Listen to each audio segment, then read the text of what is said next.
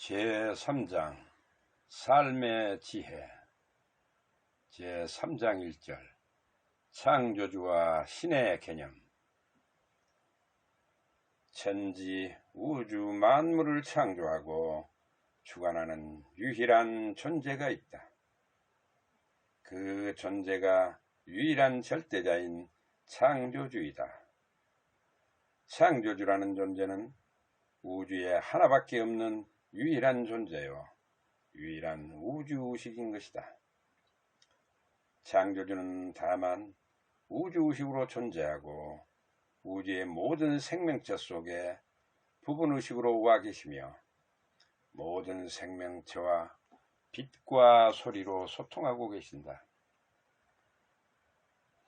특히 우리 인류가 맑은 정신으로 우주의식을 생각하면 언제든 우주의식인 창조주 하나님과 소통하고 교감할 수 있다. 이것을 사람들은 영통하였다, 영감을 받았다라고 말한다. 사람들이 말하는 신이라는 개념은 인간의 또 다른 호칭이다. 왜냐하면 인간이 죽으면 신이 된다. 즉, 의식이 육체를 가지고 있을 때는 인간이요, 의식이 육체를 떠나면 바로 신이 되는 것이다. 신은 의식 혹은 영의 다른 표현일 뿐이다. 그래서 신인 합일이라고 하는 것이다. 예를 들면 석가모니, 예수, 노자, 공자, 마호메트 등은 인간이면서 성인의 주앙을 받고 있다. 그러나 결국 그들도 인간이자 신이고 인간인 것이다.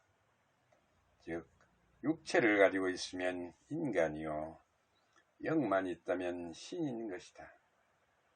인간을 지배하는 것을 뇌라고 하듯이 지구별에도 지구별을 지배하는 의식이 있고, 마찬가지로 천지 우주 만물을 지배하는 존재가 있다.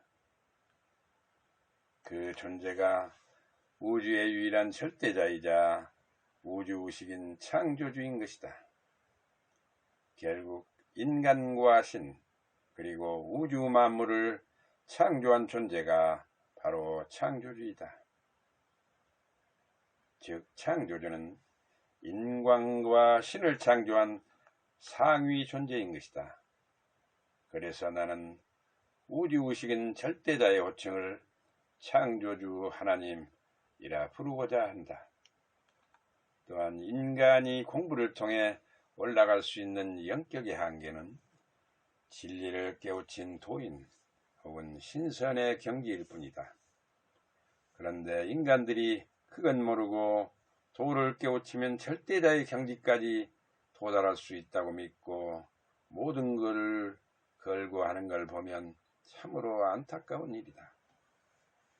결론적으로 인간이 창조주와 신의 개념을 정확하게 이해하지 못해서 종교적으로나 여러 가지 분야에서 혼선을 빚는 것이다. 즉, 창조주는 우주의식이고 신을 부분의식으로 창조한 것이다. 이 부분의식이 혼백, 즉 생명에너지와 육체를 받으면 인간이 되는 것이다. 따라서 신이 인간이 되고 인간의 영이 신인 것이다. 즉, 창조주는 신의 창조자인 상위 존재이므로 상위 차원의 존재인 점을 인식하고 신이라고 표현해서는 안 되며 다른 호칭, 즉 창조주 하나님을 사용해야 하는 것이다.